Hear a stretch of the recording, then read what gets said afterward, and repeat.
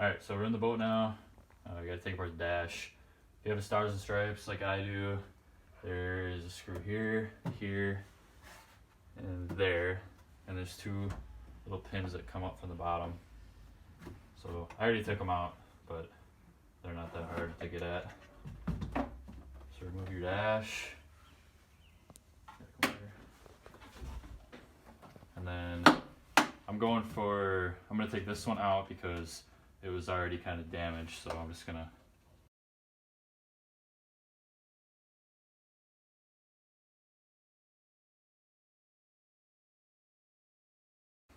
a test fit up. I found that it didn't quite fit in the hole, so I had to sand this outer edge down just a hair because I wasn't willing to sand down my dash. So stick your leads in from the bottom.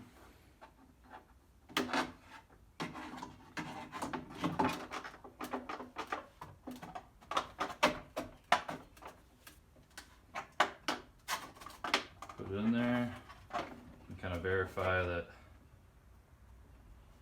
everything's level.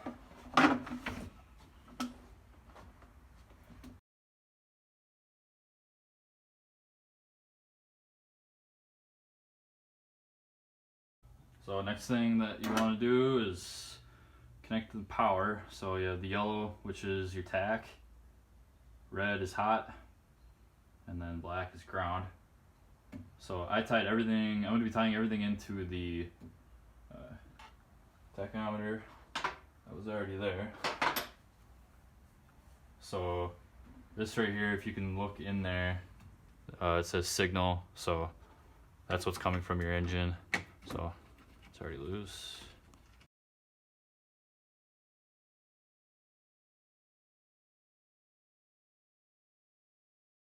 So what I did, I got a little Velcro strip in the back there. I have another strip on the GPS itself.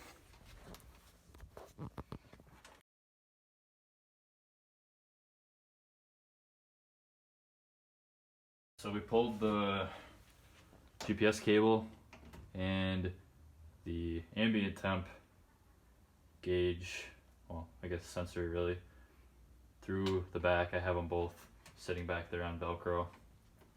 Pull them up through the dash. So now you just gotta connect them.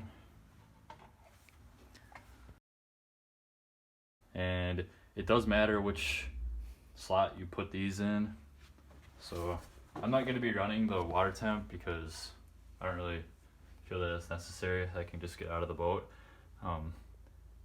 So you can see there's those two little prongs there. They correspond to the female end of that. I think it says water in there too, but you kind of have to, you got to look in there. So we got the power wire and everything else ran, or the servo connections. That's that right there. Got everything bundled up, ran into the dash, and snaked it through this conduit right here. And that's where my servo is gonna sit. So it's not required that you place a servo assembly here, but with the length of the PVC tube and length of the cable itself, it does create a little bit of a challenge on how you're going to mount this and maintain a relatively clean look compared to stock. So feel free to explore other options, but I felt that this is one of the best ways for my boat, at least. Okay, the next part can get a little bit interesting depending on how your boat's configured or what engine you have, what manufacturer it is. But for a Mastercraft Stars and Stripes, the first thing you need to do is kind of decide how you're going to hook it up, because when I first started this, the boat came with these bolts down here on these upper ones, So I moved it back about an inch to accommodate for the length of this thing. You can see that's quite a bit longer. So take your barrel connector off first, remove the linkage from the carb, and the next part is to remove this from the bracket, because we're gonna switch it, because this is where the servo cable is gonna sit instead.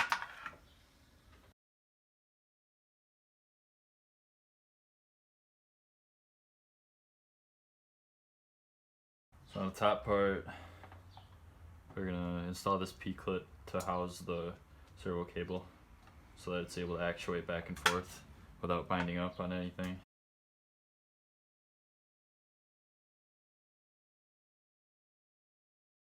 Can move on to the carb linkage connection. So it's just gonna fit right in there.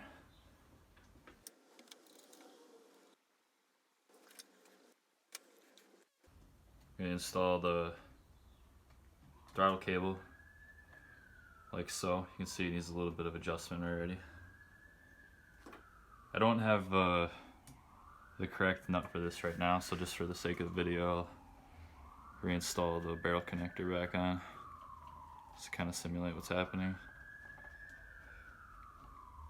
So the way that this can get a little bit interesting is, like I said, depending on the manufacturer of your boat, you might have a little bit of a kinematics science project right here that you need to work on.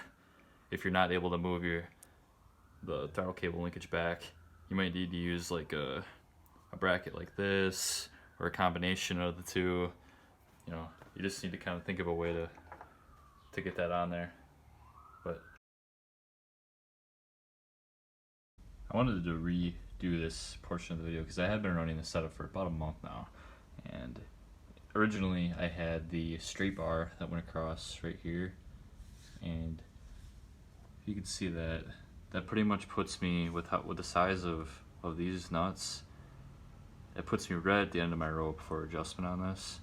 And I did have to make a little bit of an adjustment at one point, and I ran out of space to be able to move that bar that way. So I ended up going with this L bracket, and it puts me right in the middle of both adjustments, and it gives me plenty of room to play around with it if I ever need to.